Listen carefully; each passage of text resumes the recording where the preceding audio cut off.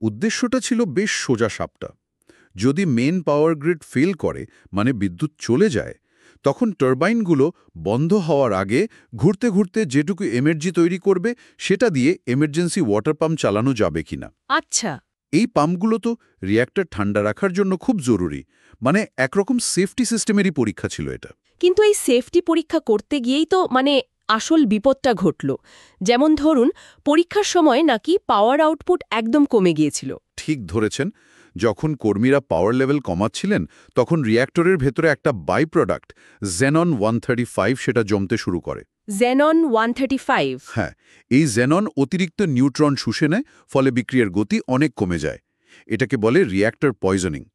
এর ফলে power output হু হু করে পরিকল্পনার চেয়ে অনেক নিচে নেমে যায়। ও আচ্ছা। আর এই কম পাওয়ার দেখেই কি তারা ভুল সিদ্ধান্ত নিয়ে ফেললেন? এই আয়ত্তে আনার চেষ্টা করতে